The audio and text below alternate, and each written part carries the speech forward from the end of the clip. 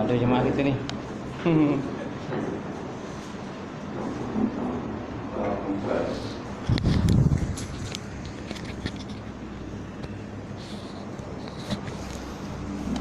Baik.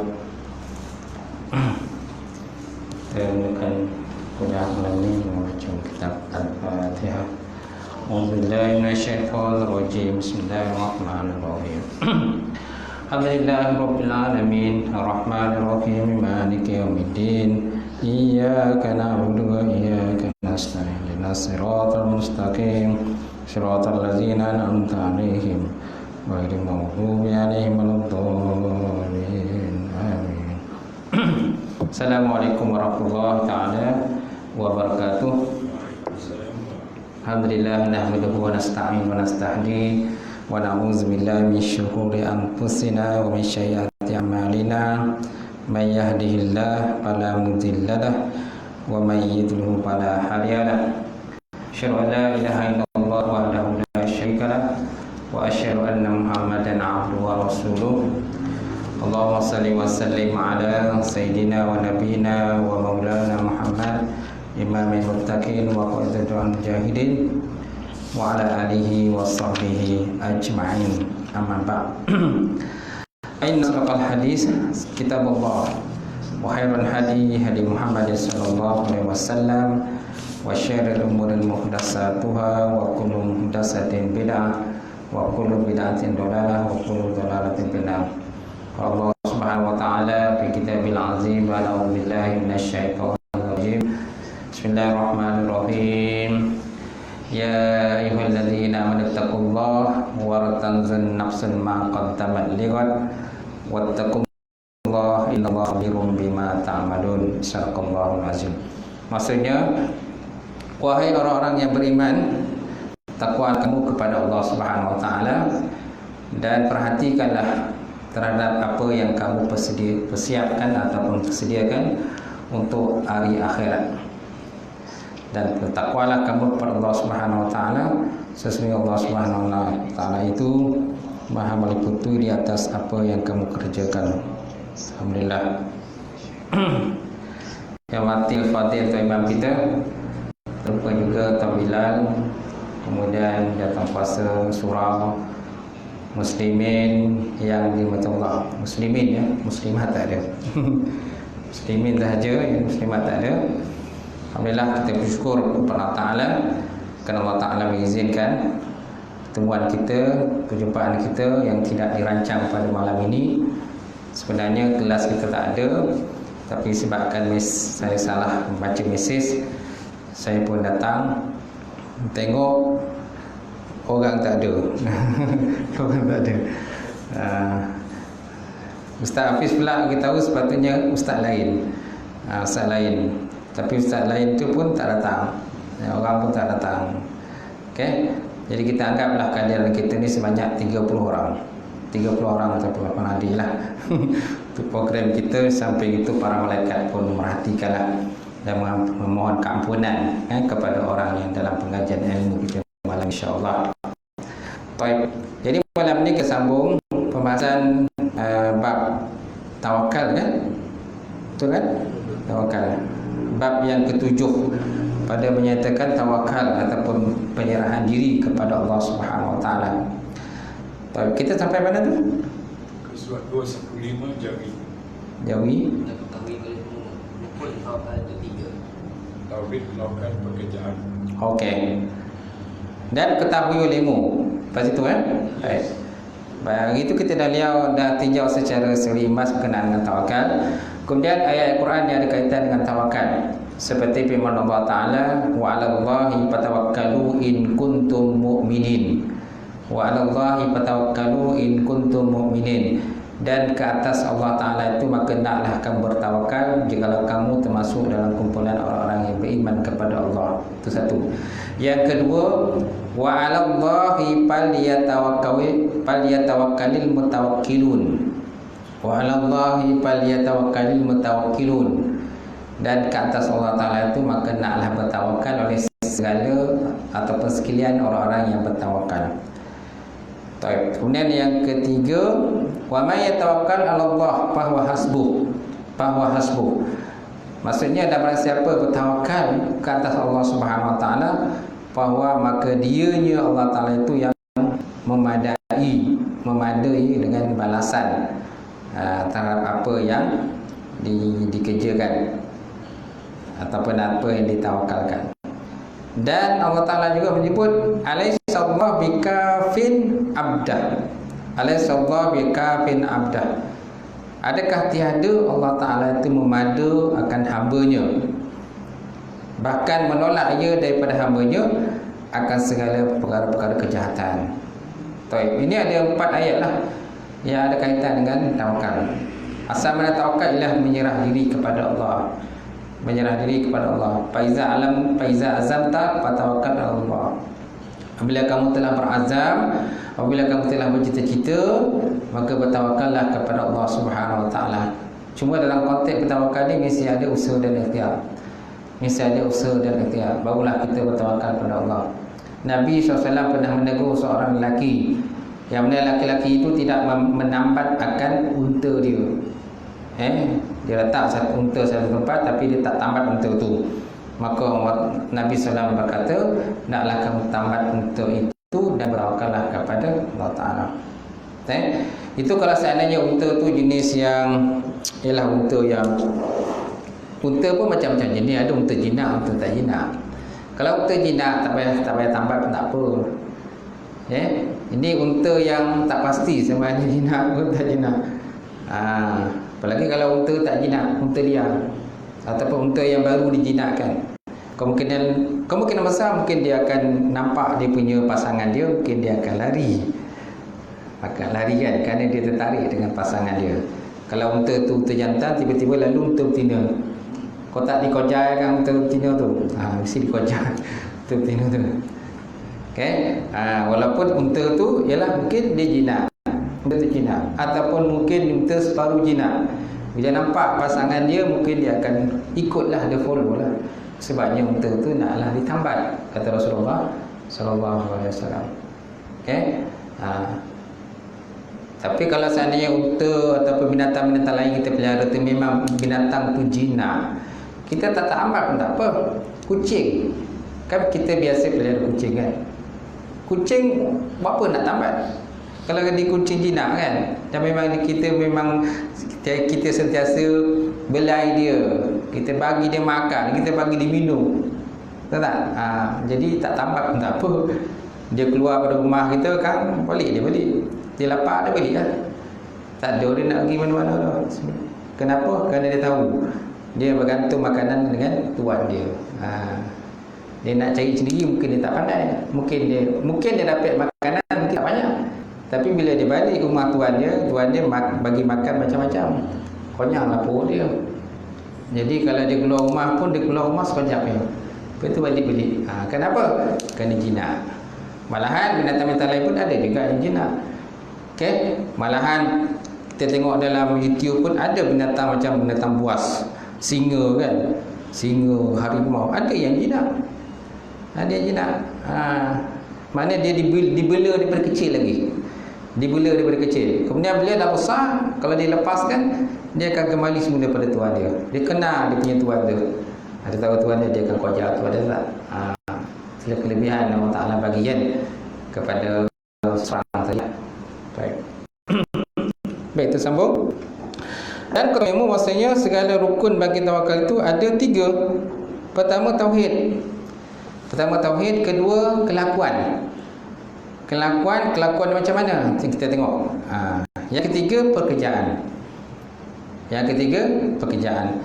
Adapun tauhid, maka seperti bahawa engkau iktikadkan dengan iktikad yang putus atau jazam bahawa tiada yang memperbuat melainkan Allah Subhanahu Wa Taala juga.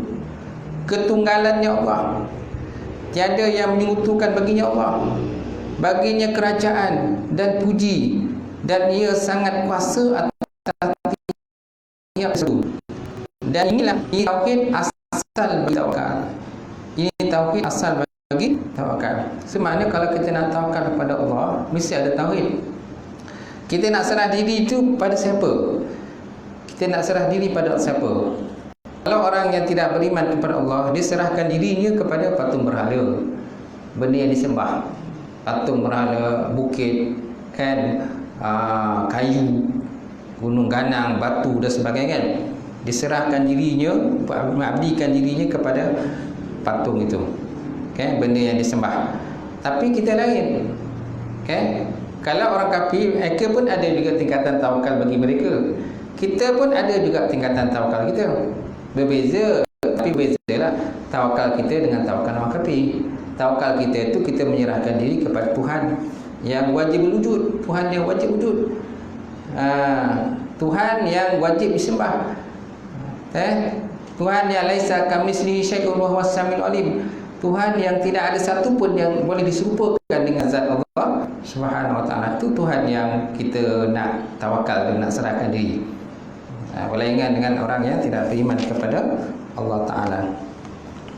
Baik, adapun tauhid, maka seperti bahawa engkau tingkatkan dengan tingkat yang putus bahawa tiada yang memperbuat malaikat Allah, ketunggalan Allah, tiada yang menyekutukan baginya Allah, baginya kerajaan dan puji, dan dia sangat kuasa atas tiap-tiap sesuatu.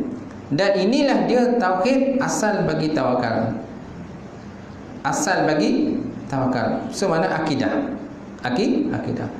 Kerana hanya saja tawakal atas Allah Taala, mereka yang tiada mentingkatkan ia dengan yang memperbuat yang lain daripada Allah Subhanahu wa taala. So bila dia bertingkatkan dengan suatu tingkat, bila ditawakal kepada Allah Taala itu, dia bertingkatkan satu zat yang wajib wujud, yang tidak ada satu kuasa pun yang boleh menandingi akan kekuasaan Allah Subhanahu wa taala.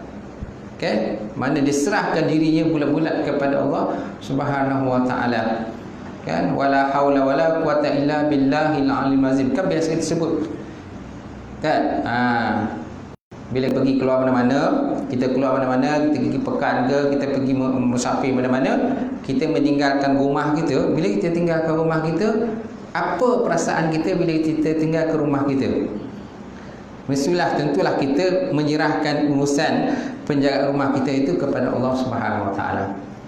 Kita ingat kalau seandainya anak kita belajar jauh, anak kita belajar di luar negara, di Mesir, kan, di Eropah, di Rusia, di Amerika, kan, ataupun belajar di Australia, di New Zealand, kan, belajar jauh, kan. Bila kita menyerahkan diri anak kita, urusan dia kepada diri dia dan juga urusan dia kepada Allah Taala, mana kita bertawakal kepada Allah Taala, mana minta Allah Taala lindungkan anak kita tadi. Kita memang tak mampu nak lindung setiap masa. Boleh tak kita lindung anak kita setiap masa? Tak boleh. Sebab kita pun ada pekerjaan kita, ada urusan kehidupan kita.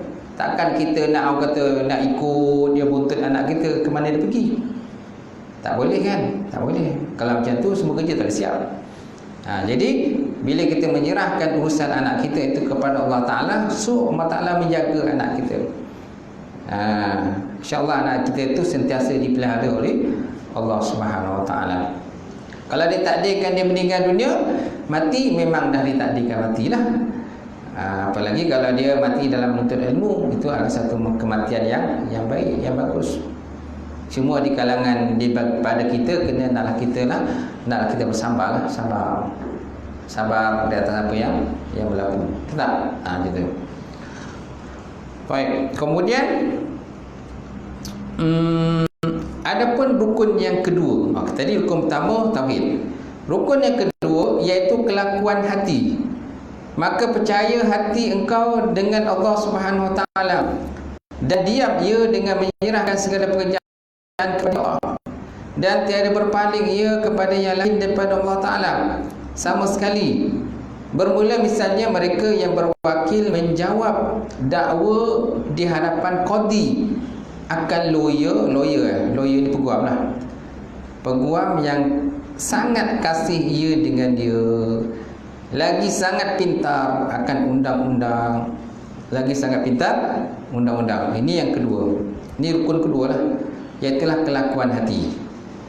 Kelakuan hati ataupun gerak hati, ataupun ikatan hati kita tadi kepada Allah Ta'ala.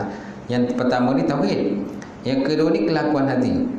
Maknanya percaya hati kita akan Allah Ta'ala dengan sepenuh percaya, dan diam ia dengan menyerahkan segala urusan kepada Allah Ta'ala tadi. Mana bila dia dah tak boleh buat apa lagi dah, serahkan semua bulat-bulat kepada Allah Ta'ala. Kan? Kerana kita pun tak boleh nak kawal semuanya dah. Tak boleh nak kawal semuanya. Dan tiada berpaling ia kepada yang lain Allah Ta'ala. Mana kalau dia tawakal tu hanya semula bulat pada Allah Ta'ala. Dia tak wakal asal atas nama kata dia beriman kepada Allah Ta'ala. Takkan dia nak tawakal benda yang lain pula. Takkan dia nak tawakal menyerah diri kepada kata dewa-dewa, para jin. Kan? Kerana ada di kalangan Muslim tentang dia mau menyerahkan urusannya kepada jin. Dia minta bantuan pada jin. Apalagi kalau jin kafir. Nauzubillah min zalik lah, jin kafir. Kalau dia minta bantuan pada jin Islam pun okey lagi. Tapi sebenarnya kita tak digalakkan minta bantuan pada jin ni. Pada jin. Kerana bila kita minta bantuan pada mereka, mereka akan jadi ego. Ada perasaan ego pada mereka. Bila kita minta bantuan pada dia lah. Kepada golongan makhluk halus ni. Sebaiknya kita minta bantuan kepada Allah Subhanahu wa Ta'ala. Itu yang paling baiknya sekali. Baik, kemudian dan tak berpaling ia kepada yang lain Allah Ta'ala sama sekali. Bermula misalnya mereka berwakil pada menjawab dakwa di hadapan qadi akan lawyer yang bangsa kasih dengan dia. Lagi yang sangat pintar pada undang-undang peguam tadi lah. Yalah, ada masa contohnya kadang-kadang kita melantik peguam untuk bercakap bagi pihak kita.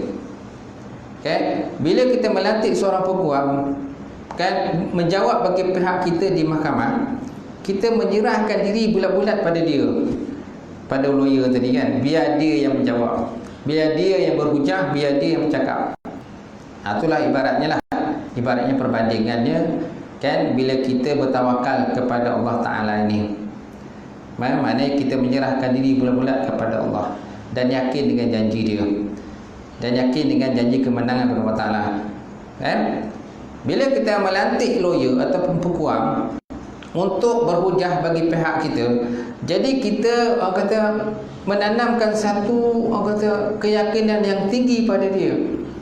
Kalau kita tak yakin bahawa dia ni boleh berhujah, untuk apa kita lantik dia sebagai peguam bagi kita, tak?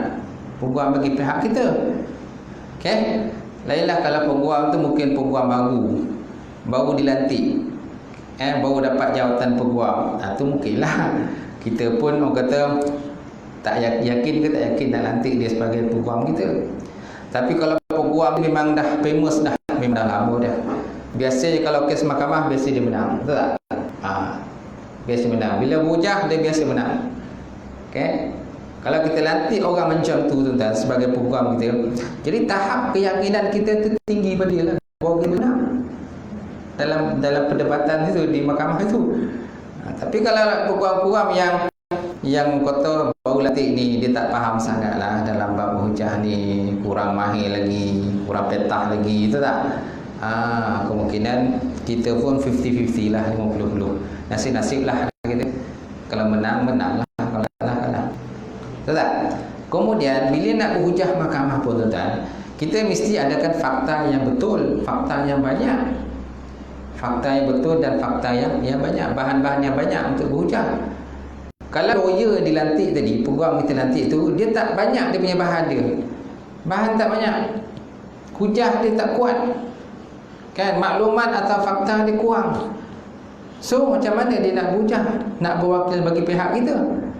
Sudah tentu kemenangan susah nak dicapai lah. Susah nak dicapai.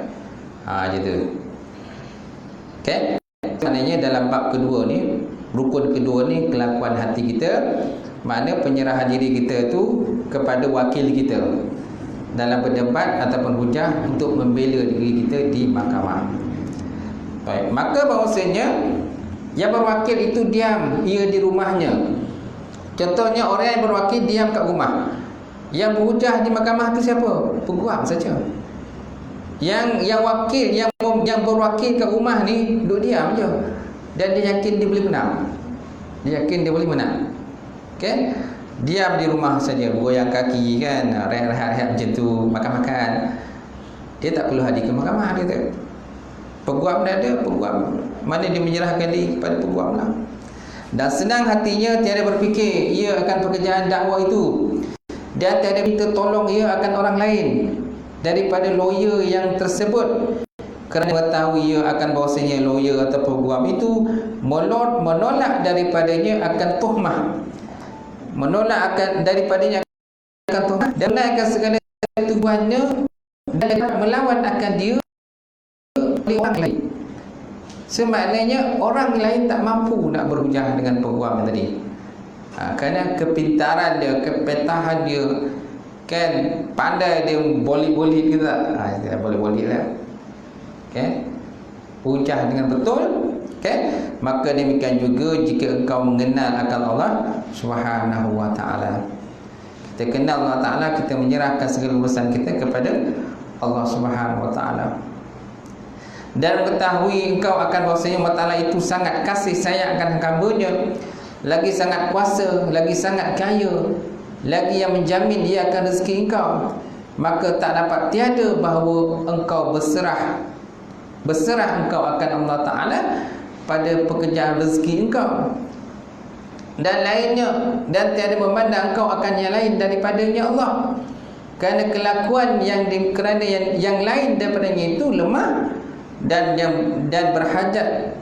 Okay? Dan kerana yang lain daripadanya itu lemah dan berhajat, seperti engkau juga tiada kuasa yang berezeki akan engkau. Maka jika tiada engkau tawakal atas Allah Ta'ala dan tiada putus penilikan engkau daripada makhluknya, maka demikian itu kerana dhaif yakin engkau disebabkan syak atau ragu, atau disebabkan tiada mengerasi yakin itu akan hati. Kerana ia hati engkau tu jadi penakut. Kerana hati engkau tu penakut, tuan-tuan. Okay? Cuma nak nyatakan pada kita, walaupun ayat panjang lebar lah, tak lebar kan. Tapi kesimpulan dia lah, kan, dalam bab kedua ni, dalam bab kita tawakal kepada Allah ni dipaparkan sama seperti kita menyerahkan urusan kita pada wakil tadilah. Menyerahkan urusan kita pada wakil, dan kita meletakkan kepercayaan yang tinggi kepada wakil itu, kepada lawyer, peguam kita kan. Kan? Ataupun mungkin bukan berhujah di mahkamah, ataupun mungkin dalam urusan-urusan lain lah. Kita melantik seorang wakil untuk menjadi wakil bagi pihak kita. Contohnya pergi meminang seorang perempuan, kan tak? Bila kita melantik seorang wakil untuk menjadi wakil kita meminang kepada seorang perempuan yang kita kasih dan sayang, so mana kita meletakkan harapan yang tinggi kepada wakil tadi. Wakil tadi, kan, mungkin disebabkan oleh wakil kita lantik itu, mungkin dia ada sikah, dia ada hebat, dia seorang yang hebat. Wakil ni kita seorang yang soleh, okay? Dan wakil ni punya pengaruh yang besar, dan dia seorang yang terkenal dengan akhlak yang baik dan mulia, okay? Jadi kemungkinan besar maknanya akan diterima pinangan kita itu, kalau contohlah. Ataupun mungkin kita lantik seorang wakil untuk menunaikan, kan, menunaikan sesuatu benda bagi pihak syarikat. Menandatangani sesuatu agreement, perjanjian bagi pihak syarikat, contoh dia. Sudah tentu bos meletakkan seorang wakil yang boleh dipercayai oleh bos. Kalau bos meletakkan seorang wakil yang bos pun tak confident dengan wakil itu, so macam mana mereka akan dapat projek dengan menandatangani sesuatu agreement ataupun perjanjian dengan mana pihak lah. Biasanya kalau, kan, hubung kait dengan syarikat ni biasanya projek lah, kan, nak projek, nak bisnes, kan. Bila ada, kadang-kadang ada masanya bos mungkin dia sibuk, tak sempat nak pergi kepada sign agreement atau buat perbincangan dengan syarikat lain lah, kan, untuk kita dapatkan projek itu. Jadi kadang-kadang bos melantik seorang yang boleh dipercayai bagi pihak dia, dan dia yakin orang tu akan, mana projek tu mereka akan boleh dapat, kan, berdasarkan kepada contohnya prestasi syarikat yang baik, kan, prestasi yang bagus. InsyaAllah boleh dapat lah. Itu lah ibaratnya. dalam konteks kita, orang kata mengikat hubungan kita kepada Allah Subhanahu Wa Taala tadi. Baik. Kemudian tuan, dan apabila mengetahui kau akan bahawasanya tawakal itu kelakuan hati, iaitu percaya ia dengan Allah Taala dan tiada berpaling ia kepada yang lainnya, maka ketahuilah ulimu bahawasanya ada padanya 3 kelakuan. Ada padanya 3 kelakuan. Yang pertama, barang yang telah hamba sebut. Yang pertama, barang yang telah hamba sebut. Hamba ni siapa? Pengarang lah, musannif ataupun pengarang. Yang pertama, barang yang telah hamba sebut, iaitu seperti percaya engkau akan wakil yang pintar, kemudian daripada mengikatkan engkau akan kasih sayangnya akan diri engkau, dan kuasanya menolong akan engkau. Kuasa dia membantu dan menolong akan kita. Itu yang pertama. Okey, barang yang telah musannif sebut. Yang kedua, lebih kuat daripada yang pertama. Okey, yang pertama tadi kita letakkan keyakinan kepada wakil. Yang kedua ni, okey, dalam bab kita tawakal kepada Allah, dalam bab kelakuan hati ni tuan, ni lebih kuat daripada yang pertama, iaitu menyuruh ia akan kelakuan budak pada percayanya dengan ibunya. Menyerupai iaitu menyerupai ia akan kelakuan budak pada percayanya akan ibunya, dan meminta tolong ia akan dia ibu pada segala yang mengenai akan dia, seperti lapar dan dahaga. Yang kedua ni tuan, dalam bab tawakal kepada Ta'ala ni, dia punya tingkatan kedua ni lagi tinggi daripada pertama tadi. Dibawakan seperti seorang tadi kan menyerahkan urusan hidupnya kepada ibu dia. Contohnya budak kecil lah, budak kecil, bayi lagi kan, dia menyerahkan urusan hidupnya kepada ibu dia. Kalau dia ada ibu lah, kalau tak ada ibu, ayah lah. Contoh ibu dah meninggal, macam mana pula kan, jadi ayah yang bertanggungjawab lah, kena jaga anak. Tapi biasanya urusan menjaga anak ni lebih pada ibu lah, kerana ibu ni punya sifat kasih sayang melebihi daripada seorang ayah. Ayah ni lebih cari nafkah je kan, bagi petang siang malam cari nafkah, buat balik nafkah kan. Yang anak ni, yang ibu ni lebih contohnya menguruskan rumah tangga. Adapun ada, walaupun kita ada juga ibu-ibu yang bekerja, siang bekerja kan, malam dia balik menguruskan rumah tangga. Jadi bagi seorang budak kecil ataupun bayi kan, dalam bab menguruskan kehidupannya, dia menyerahkan bulat-bulat kepada ibu dia. Contohnya dalam bab lapar dan dahaga. Bila lapar dan dahaga, dia menyerahkan urusan kepada ibu dengan cara dia menangis, merengek dan sebagainya, minta supaya susu, dia bagi susu ataupun makanan. Kalau contohnya dia berhadas kan, dia kata ada hadas, ada kencing ke berak sebagainya, jadi dia akan menangis, minta supaya ibu menukarkan lampin dia, menukarkan pampers dia. Maka dengan itu, maka dapatlah dia, bila dah ditukar semua tu pakaian dia kan, dah dimandikan, dibersihkan, disebut semua, maka dia pun ceria lah semula kan. Ceria semula, mungkin dia akan menetek dengan ibu dia, lepas tu tidur balik. Itulah pekerjaan dia lah. Seorang bayi, budak yang kecil kan, budak kecil ni biasalah kerja tidur je, menetek dengan ibu dia, minum susu, lepas tu makan sikit kan, bubur, makan bubur, tidur balik. Itulah kerja dia. Bila lapar kan, sakit perut kan, maka dia akan menangis.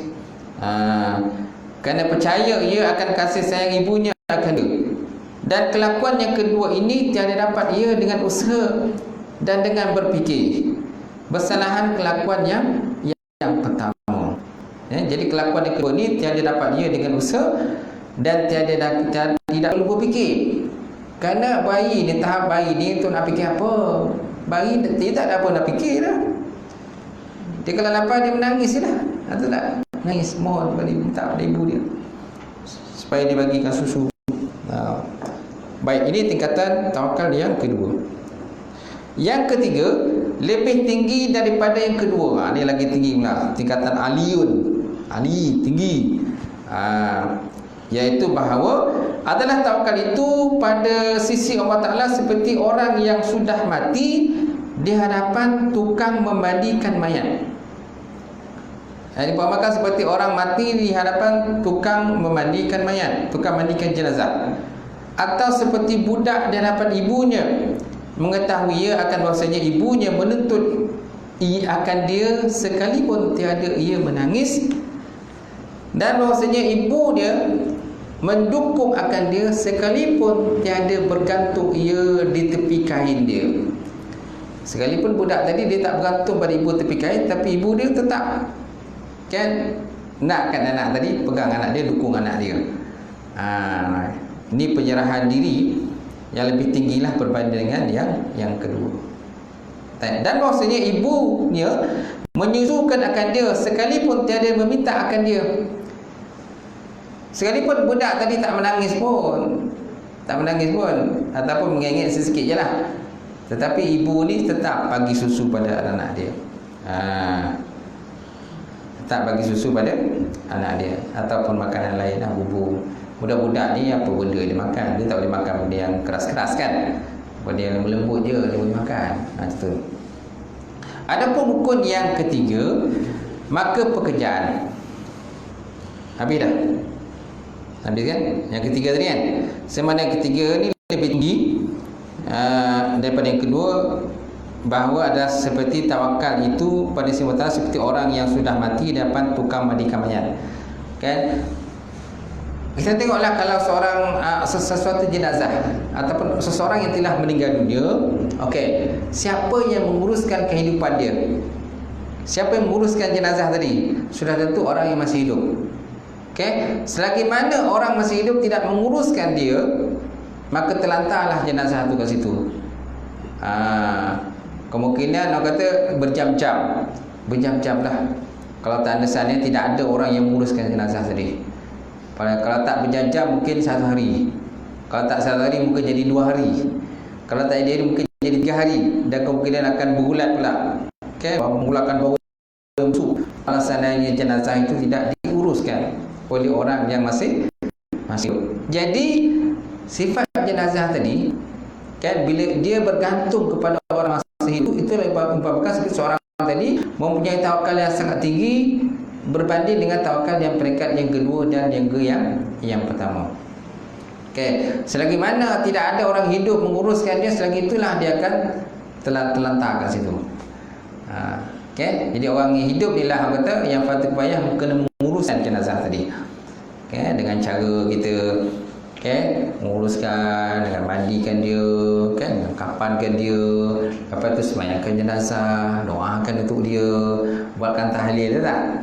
Tahlil, lepas tu kita bawa dia ke kubur, gali kubur dia, masukkan kubur, masuk liang lahat dia, tanam balik kan, timbulkan tanah, lepas tu kita buat tahlil pula di kubur. Betul tak? Lepas tu anak pula yang masih hidup ni kena pula menguruskan harta dia. Kalau si mati ni ada makan harta pusaka, mana anak yang masih hidup ni kenalah menguruskan pula. Itu sebabnya anak jangan bercakap. Anak jangan bercakap, jangan bergaduh. Apalagi kalau harta tu tak banyak. Harta tak banyak pun, tapi bergaduh, cakap, berapa orang ada. Sebabkan kerana apa? Kerana merebut akan harta ditinggalkan oleh si mati tadi, tuan-tuan. Si mati dia dah tak ada apa-apa dah.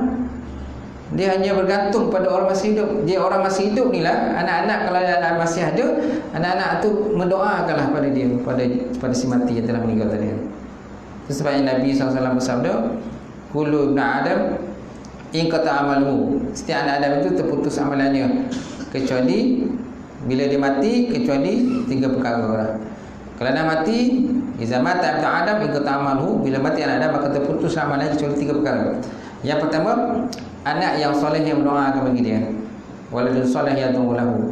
Yang kedua, sedekah jariah atau wakaf.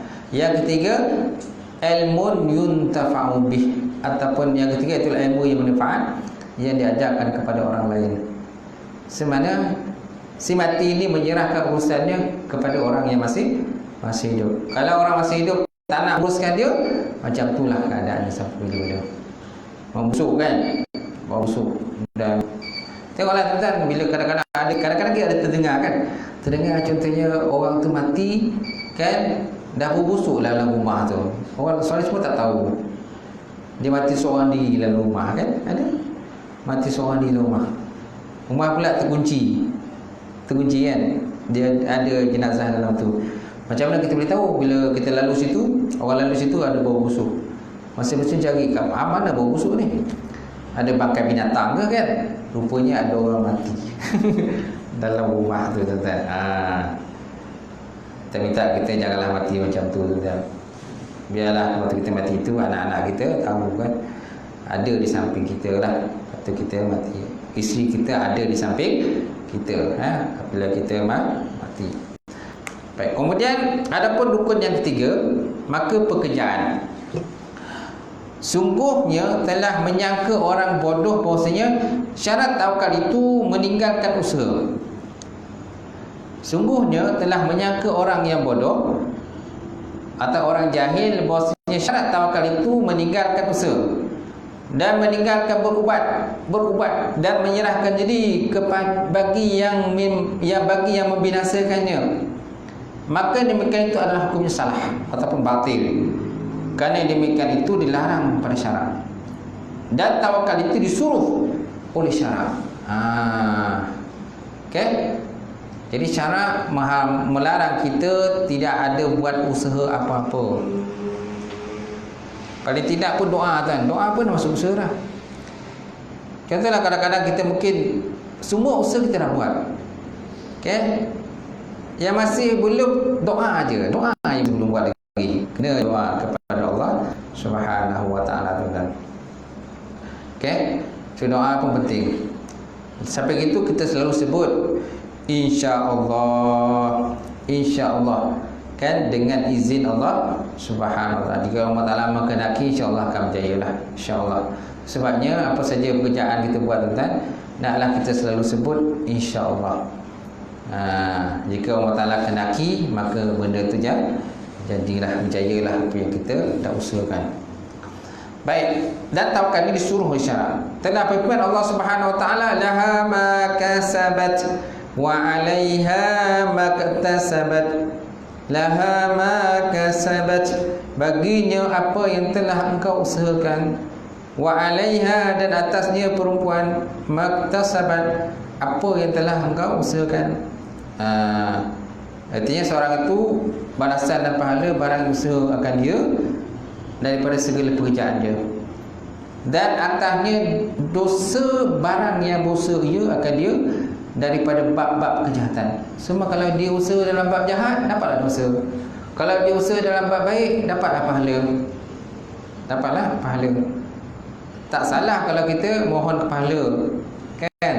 Tak salah kalau kita nak beramal. Cuma tingkatan orang yang beramal dapat pahala ni, dia berada pada tahap yang pertengahan lah, bukan tahap yang tinggi. Siapa ibadah kan tidak mengharapkan pahala dan bukan kerana takut neraka, okay, dia ibadah tu betul-betul ikhlas bertaala, tu tingkatan paling tinggi. Kalau ibadah itu kita nakkan pahala dan takutkan syurga, takut masuk neraka, ni tahap kedua, masih lagi dalam kumpulan ikhlas, kata ulama. Yang ketiga, kita buat satu benda tu kerana untuk supaya Allah Ta'ala muliakan diri kita dalam dunia tadi. Kemudian untuk supaya kita sejahtera daripada benda-benda yang boleh membinasakan kita, seperti bala, bencana, musibah dan sebagainya. Okay? Ini pun masih dalam kumpulan tawakal, tingkatan ikhlas Allah Ta'ala, tapi tingkatan yang rendah. Selain daripada itu, kata ulama, maka dikatakan sebagai riya. Dikatakan sebagai riya ni akan menghapuskan amalan kita. Besok, akhirat besok, Allah Ta'ala akan kata pada kita, pada sesiapa yang riya, silalah kamu menuntut atau mencari kepada sesiapa yang kamu riakkan dahulu ketika kamu hidup dalam dunia. Adakah mereka mampu memberikan pahala pada kamu? Kata Allah Ta'ala, sudah tak mampu kan? Baik. Kemudian dan Allah Ta'ala menyebut dalam Al-Quran, wala tulqu biaidikum ila tahlukah, wala tulqu biaidikum ila tahlukah, Dan janganlah kamu campakkan diri kamu dalam kebinasaan. Jangan campakkan diri kita dalam binasa. Sengaja lah tuan-tuan, contoh kita nak binasakan diri kita, tak boleh lah. Sengaja nak binasakan.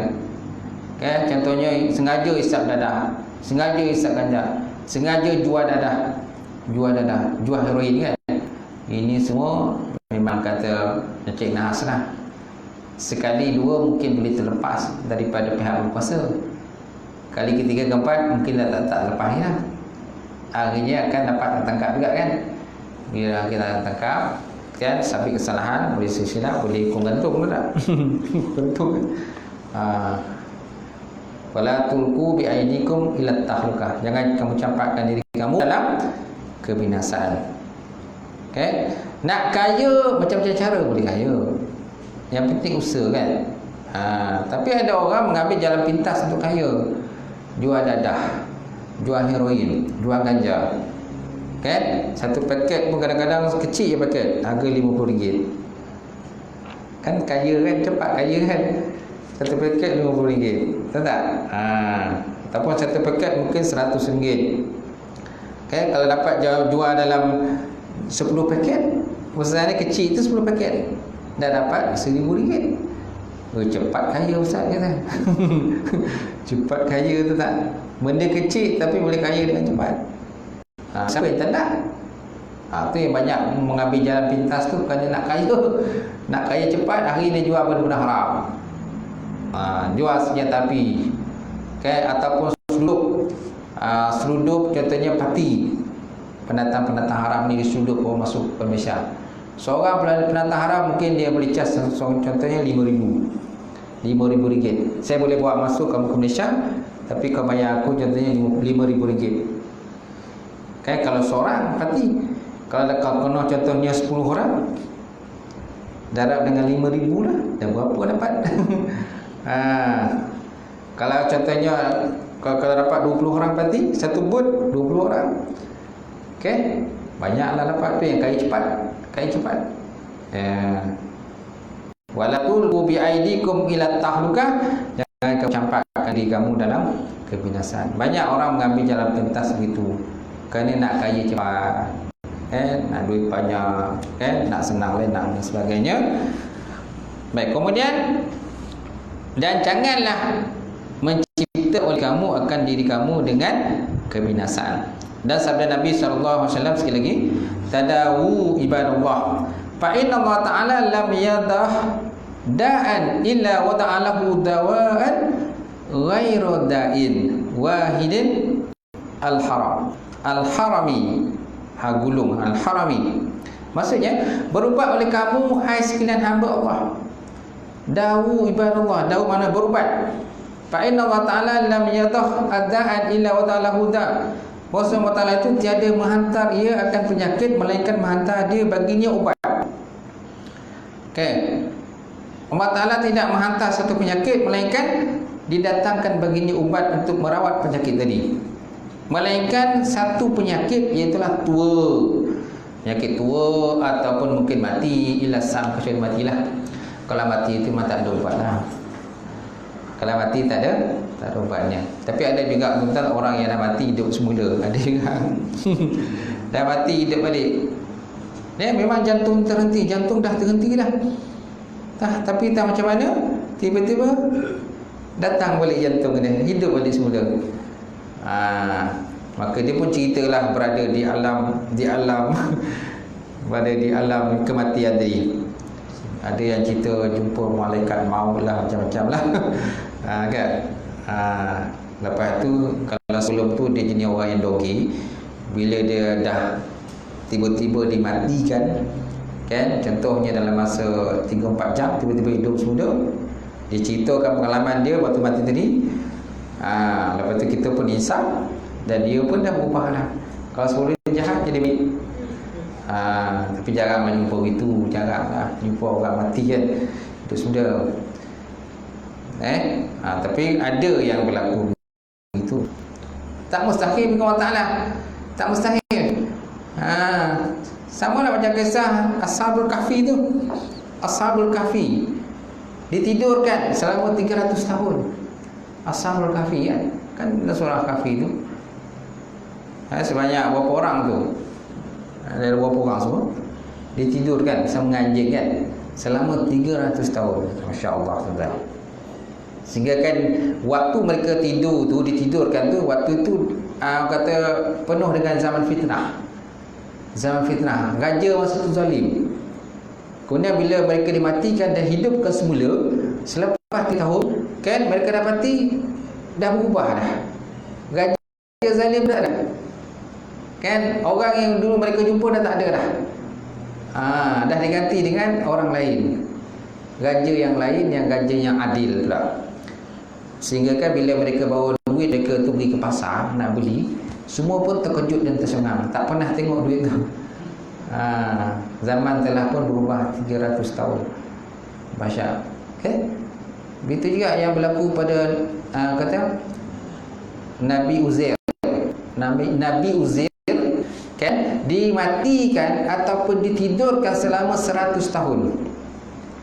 Au kallazi marra ala qaryatin wa huwa khawiyatun ala urusha. Itu kata Nabi Uzair ketika dia lalu pada satu kampung, yang kampung tu telah pun musnah, telah binasa disebabkan oleh yang kata pergaduhan perbalahan yang berlaku lah pada kaum itu, maka mereka pun mati bergelimpangan semuanya. Kemudian Nabi Uzair pun tergerak dalam hati dia, kan, macam mana Allah Ta'ala nak membangkitkan semula ni kaum yang telah pun musnah ni. Tergerak dalam hati dia. Rupanya dia ketahui oleh Allah Subhanahu Wa Ta'ala. Allah Ta'ala kata, aku akan matikan kau, wahai Uzair. Maka Uzair pun dimatikan selama 100 tahun. Mi'ata'am, 100 tahun. Bila Nabi Uzair dah dimatikan 1 tahun, kemudian Nabi Uzair dihidupkan semula ataupun disedarkan semula daripada tidur dia tadi selepas 1 tahun. Kemudian dia pun tertanya-tanya, berapa lama aku telah pun tertidur ini? Kan? Sama ada, mungkin aku tidur ni mungkin 1 hari ataupun setengah hari. 1 hari ataupun setengah hari. Maka tiba-tiba ada suara menyatakan, sebenarnya engkau telah pun tidur selama 100 tahun. Masya Allah, 100 tahun dia. Mi'ata'am, 100 tahun dia tertidur. Okay? Uzair macam tak percayalah apa yang berlaku tadi. Maka Allah Ta'ala kata, lihatlah kepada makanan yang kamu bawa dulu. Makanan itu masih baik lagi. Kemudian lihatlah kepada kuda engkau atau unta engkau yang bersama dengan kau masa dulu. Unta engkau telah pun menjadi tulang belulang gitu. Dah mati lama dah, unta dah jadi tulang belulang dah. Tapi makanan dia masih baik lagi. Allah Ta'ala nak buat perbandingan tentang tempoh masa tu yang telah berlalu sebenarnya 100 tahun itu. Tapi makanan tu masih baik, sedangkan unta dia telah jadi tulang belulang lah. Maka Allah Ta'ala kemudian membangkitkan semula, menghidupkan semula unta dia tadi di depan mata Uzair itu. Dihidupkan semula, ditemukan semula daging dia, kulit-kulit dia semua kan, kepala dia, kuku dia semua kan, ditemukan semula, dihidupkan di depan Uzair tadi. Dan Uzair melihat kejadian tadi, barulah Uzair yakin bahawa akan berlakunya peristiwa hari kiamat itu pasti berlakulah. Kerana benda itu kan sangat mudah kepada Allah Subhanahu Wa Ta'ala. Macam mana mudahnya dunia ini dicerita oleh Allah, kan, begitu juga tentang mudahnya Allah Ta'ala itu membina semula dunia ini, membangunkan semula manusia setelah dia mati.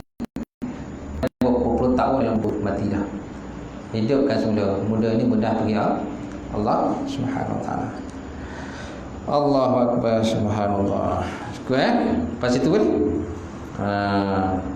maka sembah seorang lelaki bagi Nabi SAW, adakah aku lepaskan akan untaku dan aku tawakal? Sabda Nabi SAW, ikilha wa tawakal. Ikat oleh kamu akan unta,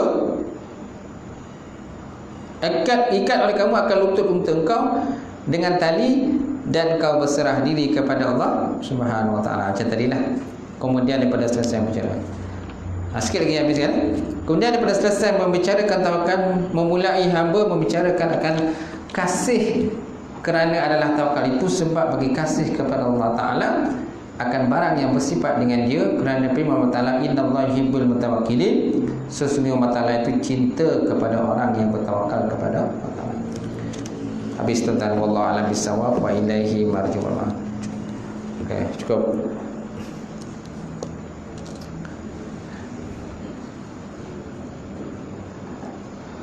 Kalau ada soalan, pertanyaan ada?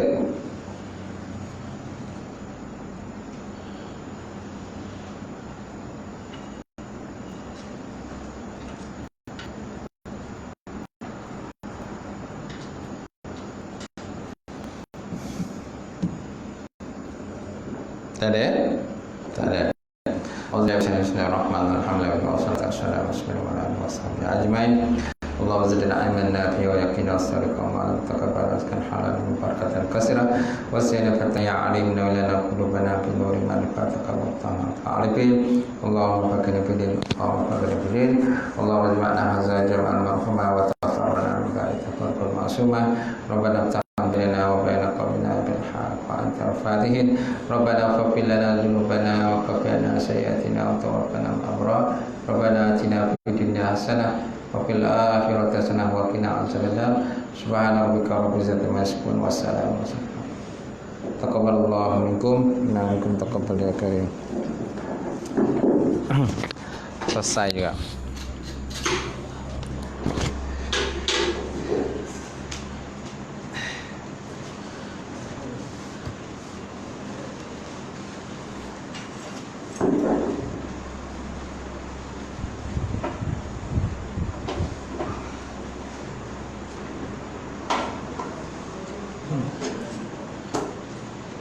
Silat kedua. Saya ingat kelas saya siapa datang. Jadi pula batal dia kata. Batal.